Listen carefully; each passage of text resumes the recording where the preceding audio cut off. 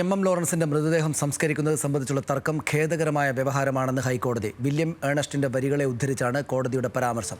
എല്ലാവരും അവരവരുടെ വിധിയുടെ യജമാനാകാൻ ആഗ്രഹിക്കും, എന്നാൽ മരണത്തിന് ശേഷം മറ്റുള്ളവർ വിധി നിശ്ചയിക്കുമെന്നും കോടതി പറഞ്ഞു. ഷബ്ന സിയാദ് ചേരുന്നു വിവരങ്ങളുമായിട്ട്. ഷബ്ന, ഇത് കേരളത്തിൻ്റെ ആകെ ഒരു വിഷമകരമായ ഒരു കാര്യമാണത്. അദ്ദേഹം മരിച്ചിട്ട് ഇത്രയും ദിവസമായിട്ടും സംസ്കാര ചടങ്ങിലേക്ക് പോകാൻ പറ്റിയിട്ടില്ല. മക്കൾ പരസ്പരം ഇക്കാര്യത്തിൽ എതിർത്തുകൊണ്ടിരിക്കുകയാണ്. അദ്ദേഹത്തിൻ്റെ ജീവിച്ചിരിക്കുമ്പോഴുള്ള രാഷ്ട്രീയ നിലപാടുകൾക്കെതിരായിട്ട് അദ്ദേഹത്തെ സംസ്കരിക്കണമെന്ന നിലപാട് പെൺമക്കൾ സ്വീകരിച്ചിരിക്കുകയുമാണ്. കോടതി എന്താണ് ഇക്കാര്യത്തിൽ ഇന്ന് പറഞ്ഞത്? സനീഷ്, കഴിഞ്ഞ ദിവസമാണ് ഹൈക്കോടതി ഡിവിഷൻ ബെഞ്ച് ഈ ആശാ ലോറൻസിന്റെയും അതായത് മറ്റൊരു മകളായ സുജാതയുടെയും അപ്പീൽ ഹർജി തള്ളിക്കൊണ്ട് ഉത്തരവിട്ടത്. എന്നാൽ ഇതിന്റെ വിധിയുടെ പകർപ്പ് നമുക്ക് ഇപ്പോഴാണ് ലഭിക്കുന്നത്. ഈ വിധി പകർപ്പിലാണ് ഇത്തരത്തിലൊരു പരാമർശം കോടതിയുടെ ഭാഗത്തുനിന്ന് ഉണ്ടായിട്ടുള്ളത്. ഖേദകരമായ വ്യവഹാരം എന്നാണ് കോടതി ഇതിനെ വിശേഷിപ്പിച്ചത്. അതോടൊപ്പം തന്നെ വില്യം ഏണസ്റ്റിന്റെ പ്രശസ്തമായ വരികളെ ഉദ്ധരിക്കുകയും ചെയ്തിരിക്കുന്നു. ഞാൻ എന്റെ വിധിയുടെ യജമാനും ആത്മാവിന്റെ നായകനുമാണ്.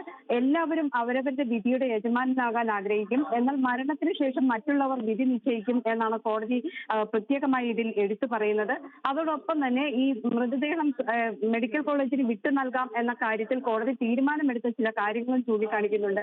ഒന്ന്, ഈ വിഷയവുമായി ബന്ധപ്പെട്ട് ആശാ ലോറൻസിന് പിതാവുമായി നല്ല ബന്ധമില്ല എന്ന് സഹോദരൻ തന്നെ അറിയിച്ചു. അതോടൊപ്പം തന്നെ പിതാവിന് അസുഖം വന്നതിനെ തുടർന്ന് താൻ പരിചരിച്ചതായി ആശാ ലോറൻസിന് അവകാശവാദം ഇല്ല എന്നും കോടതി തന്നെ ചൂണ്ടിക്കാണിക്കുന്നു. മറ്റൊന്ന്, മതാചാര ചടങ്ങുകളിൽ മുൻപ് പങ്കെടുത്തിരുന്നു എന്നതാണ്. അത് ഈ മൃതദേഹം ഇത്തരത്തിൽ പഠനാവശ്യത്തിന് വിട്ടു നൽകാൻ ഒരു തടസ്സമായി ഉന്നയിക്കാൻ പറ്റില്ല എന്ന് കോടതി തന്നെ വ്യക്തമാക്കുന്നുണ്ട്. ഈ ഒരു മധ്യസ്ഥനെ കോടതി നിയമിച്ചെങ്കിലും അത്തരത്തിൽ മധ്യസ്ഥ ചർച്ചയിൽ ഒന്നും തന്നെ ഇത് തീരുമാനമായില്ല.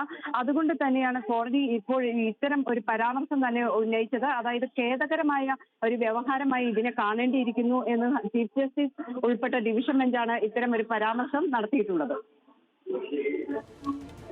നന്ദി ഷബ്ന വിവരങ്ങൾക്ക്.